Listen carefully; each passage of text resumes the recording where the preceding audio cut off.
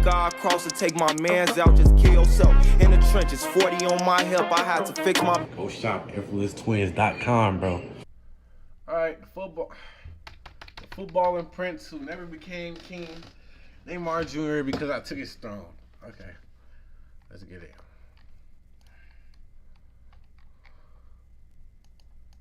I'm the reason of this. No, it's not. Hearing about this rising superstar in Brazil, who everyone was saying was the best Brazilian player produced since Ronaldinho. Some pundits online even seriously calling This is him. long shot. Oh no, he drinking Red Bull. What the freak? The next Pele, and I watched some of the most low-quality highlights back then on YouTube, and was absolutely amazed at how great his skills were as a young player. I even tried copying him, trying to do as many skill moves as possible whenever I could in my club. So much so that my squad teammates would start to call me Neymar. Yeah, that's where this YouTube channel name comes from. But I can say that even up until today, nobody's had more spotlight, more hype, or more expectation. It's truly hard to put into words just how much hype Neymar had back in the early 20s. Why is he talking like he either whispering or trying to make his voice deep? Bro, what, bro? I actually can't believe he really said he, wait, that, I can't, look, the camera is blurry. Kai has it. Kai got a guy. What the fuck? Hold on, let me turn on this. My chair went down. Let's say free. Okay, that's good. Ends that nobody has even come close. Not even a young Cristiano Ronaldo, Messi, Erling Haaland, or Kylian Mbappe. Neymar was expected to lead his generation of football as the next all-time great and multiple Ballon d'Or winner. But the greatest wonder kid of all time would never be able to blossom into his full potential. This is a story of Neymar Jr., the footballing prince who never quite managed to become king. Stop! Stop! Stop making Adam Gonzalez rich. He ain't do nothing. Go. Neymar would start his career by playing futsal in parks and streets at an early age, attributing the close quarter play to his technique, decision-making, and ball control. Even as a much skinnier and younger kid than most, it was obvious that his talent was different even back then, dancing with the ball around defenders at an incredibly young age. Eventually, at the age of 11, he would be scouted by no other than Santos FC, where he would stay until he was old enough to play for the men's team. However, in 2005, when he was 14 years old, Neymar's talent was special enough to be recognized and invited over to Spain to sign and play for Real Madrid's youth program. And this is when players like Zinedine Zidane and fellow Brazilians Ronaldo, Roberto Carlos, and Robinho were still with the club. Naturally, Neymar's incredible talent far surpassed the already high expectations of Real Madrid, and they were 100% sold on the youngster.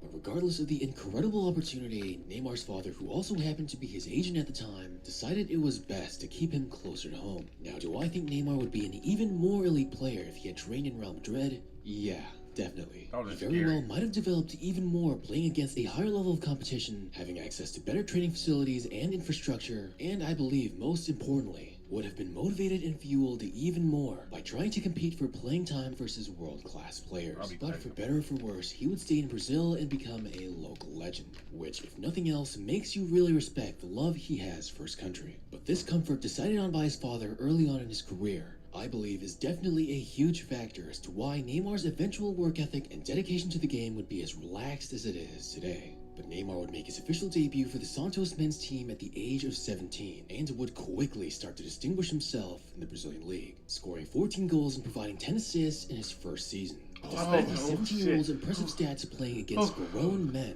it was his dribbling, flashiness, and just how effortlessly calm and composed he looked doing it that really began to put the spotlight on him. Then the very next year in the 2010 season, Neymar's playstyle would quickly make its way around the internet and his popularity would make an incredible jump. He would help lead Santos to the Brazilian Cup and dominate the Campeonato Paulista with 14 goals in 19 games, eventually going on to finish the season with an incredible 43 goals and 20 assists in 60 matches. An incredible... Wait, no, that's kind of crazy. I ain't gonna cap, bro. That means he was getting so busy. Oh, he said 1 point, bro. That nigga was trying to. He was racking up his hoes, bro. It was good, bro. He was racking up hoes on his rookie season. game, further skyrocketing his reputation as the most exciting young player in the world. Chelsea had even made a €20 million bid for the 18-year-old Neymar, as they knew that was just pennies compared to how valuable the generational wonder kid was. But hey, not all of us can pass up on money that easily, especially today with prices as high as ever. Finances can be so intimidating. That's why you need today's sponsor, Dave. Banking But that's the fuck out of that. David You always do. minutes eligible. It really wasn't until 2011 that Neymar's popularity would turn into global superstardom. During the Club World Cup, the world would get a glimpse of Neymar under the international spotlight when Santos would make it all the way to the final and challenge Barcelona, which meant that the most exciting young star in the world was able to play against Lionel Messi. And even though Santos would lose, everyone could see that this kid truly had so much potential, almost single-handedly bringing his club all the way to the final, and also winning the Puskas Award against fellow Brazilian giants, Flamengo. And by 2012, Neymar was without a doubt the most talked about player in the world outside of Messi and Ronaldo, and nobody else even came remotely close. He would have the best year of his career so far, scoring 43 goals and providing 18 assists in 47 matches. Okay, nigga, an you absurd doing too much.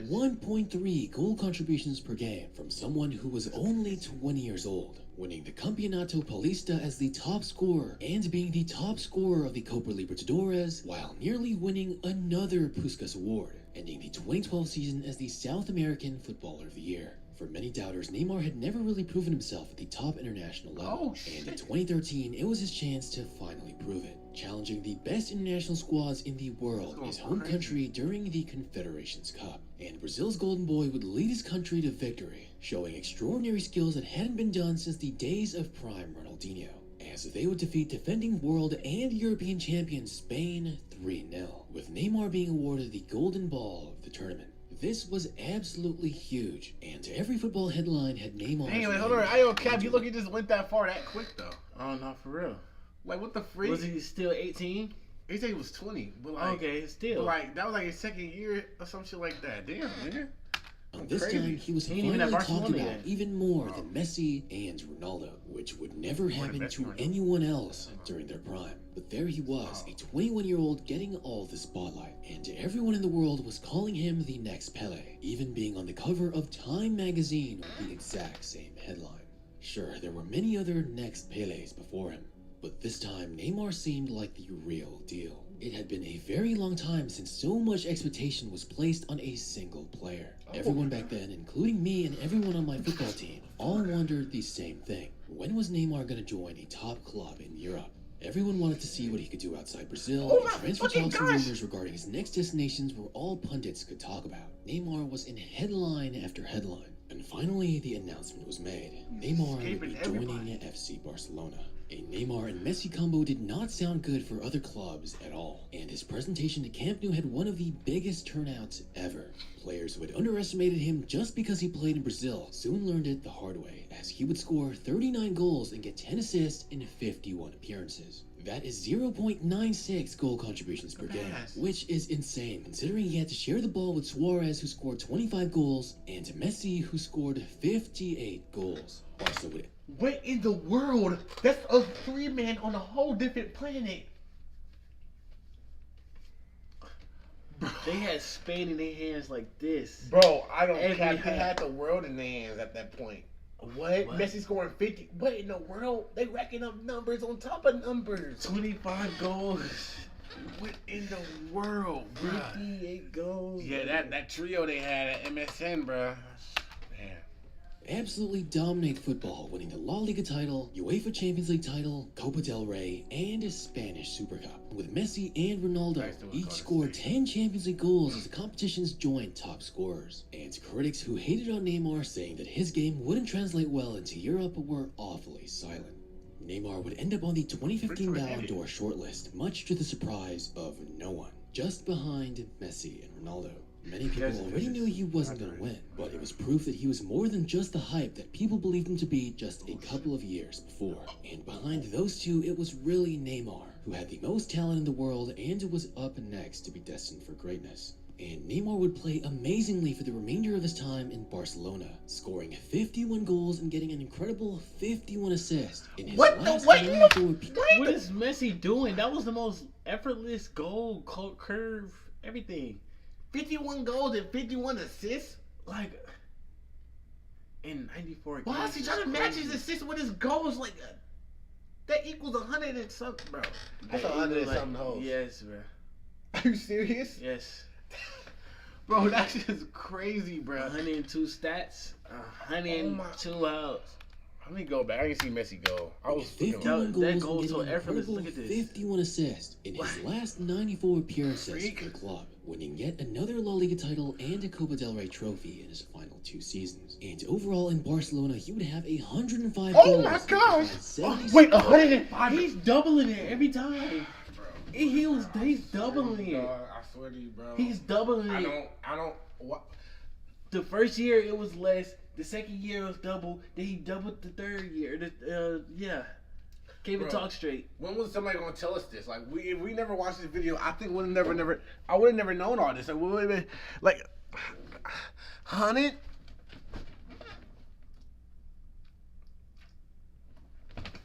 Wait, is that made the freaking heck up? Don't let me bug up right now. Facts, Frosty. I'm gonna bug up in 2 seconds, bro.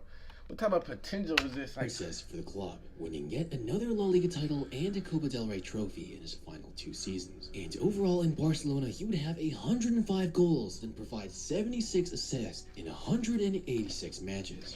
That is an incredible 0.97 goal contributions per game throughout his brief 4 seasons with the club. Neymar would be absolutely phenomenal during the MSN era of Barcelona, but deep down he had always wanted to be the star of his team. And he knew that deep down, as long as he stayed in Barcelona, Messi would always be the priority and center of attention. Neymar's wish to leave Barcelona made him, without a doubt, the most desired transfer in the entire world. Appreciate that, Neymar Soccer. was a generational talent, and everyone knew he would instantly make their club better. That's when he decided to join PSG as the most expensive transfer in history. After me. Worth 222 million euros. A record I don't think will be seen in Nah, 2020 season in the height of the pandemic. Neymar would help I got lead transferred for $1 PSG to billion. the Champions League final, wanting to prove to the world that he could lead his club to European glory outside of Barcelona. But as fate would have it, they would lose the match 1-0. To a 59th minute goal by Kingsley Coman, of all people, which he had no control over as PSG was playing poor defense. And this would destroy Neymar. And in his final 2 seasons with the club, he would reunite with Lionel Messi, but were ultimately, well, contributions per game throughout his 6 seasons with PSG. And he was still able to do that despite being constantly plagued with minor injuries almost every single season, only making over 30 appearances in a single season during his time in France. And for his home country of Brazil, after the 2014 and 2018 World Cup disappointments, as although he was selected for the 2019 Copa America in which Brazil would eventually win, Neymar was never able to lift the trophy with his country, as just prior to the tournament he would be out with a 4-week-long injury. And when he was finally healthy for the 2021 Copa America, despite being in absolutely incredible form, and even being named the player of the tournament, he would once again unluckily lose another final 1-0. This time against Argentina. However, in 2022, there was something different about Neymar. In his final season with PSG, he would have 18 goals and 17 assists in 29 matches, a 1.2 goal contributions per game being an absolutely amazing form. And he would continue this incredible play all the way up to the 2022 World Cup, where Neymar was looking like a man on a mission. He might not have been able to win the Champions League outside of Barcelona, but he was finally looking like the leader we always hoped he would turn out to be, playing You calling me or Brooklyn? No. Yeah.